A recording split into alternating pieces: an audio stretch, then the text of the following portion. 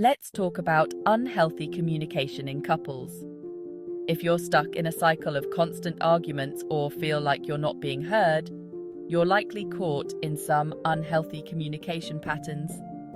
Here are a few common ones and how you can turn things around. Criticism. This is when you start attacking your partner's character. Like saying, "Why can't you be more like my friend's partner?" They actually listen and care about what's going on. Criticism can make your partner feel attacked, which naturally leads to defensiveness. Tip: try framing things with I statements instead of you. For example, "I often feel unheard during our conversations, and it's really important to me to feel connected when we talk. Could we work on giving each other our full attention when we share things? I think it could help us feel more understood." Defensiveness. When someone criticizes you, it's natural to want to defend yourself or push back. But if both partners are busy defending their own actions, no one's really listening. Tip: instead of reacting with, "Well, you do the same thing," try saying, "I can see why you're upset. Let's figure out how we can fix this." Stonewalling. This is when you shut down and stop engaging in the conversation, usually because you feel overwhelmed or want to avoid conflict. But while you're avoiding the fight, your partner feels ignored and frustrated. Tip: if you feel like you're about to hit a wall, ask for a short break, but promise to come back to the discussion. Something like, "I need a few minutes to cool down, but I want to talk about this," keeps the conversation open. Contempt. Ouch. This one's dangerous.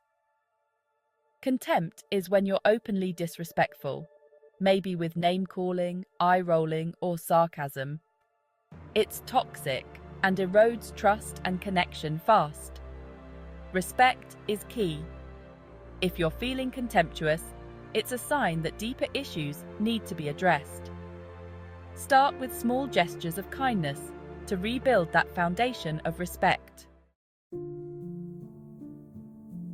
Invalidating. This is when you dismiss or belittle your partner's feelings. You're overreacting or you're too sensitive shuts down any chance of productive communication and makes your partner feel like their emotions don't matter. Try to acknowledge your partner's feelings, even if you don't fully understand them. Saying, "I can see you're upset. Let's talk about it," goes a long way. Blame and deflection. Always pointing fingers at your partner when things go wrong? That's blame and deflection. It's a way to avoid taking responsibility, but it just leaves both of you stuck in the same conflict. Own your part in the situation. Even if you feel like your partner shares most of the blame, acknowledging your role helps to move things forward. Other common patterns. Let's dig into a few more toxic patterns couples often fall into. Emotional explosions. Yelling, shouting, and slamming doors don't solve anything. Explosive reactions just create fear and tension. Tip: when you feel your emotions starting to rise, take a deep breath and slow down. Try to express your feelings calmly. Your message will be heard more clearly. Passive-aggressiveness.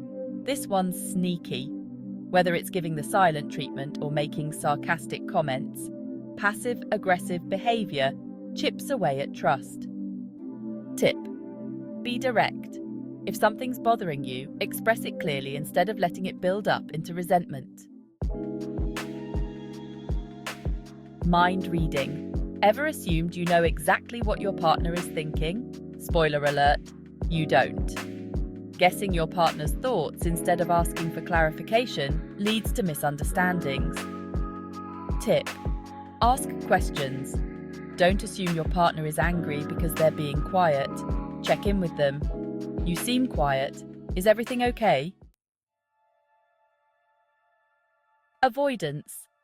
Ignoring difficult topics doesn't make them go away. It only causes problems to fester and grow. Tip: it's better to address issues early on, even if it's uncomfortable. Avoidance leads to resentment, which is much harder to fix. Why it's important to break these patterns. These patterns often develop over time because of unmet needs or unresolved conflicts. The good news is, with a little bit of self-awareness and effort, you can start shifting towards healthier communication. Communication is key to staying connected, solving problems, and building a life together.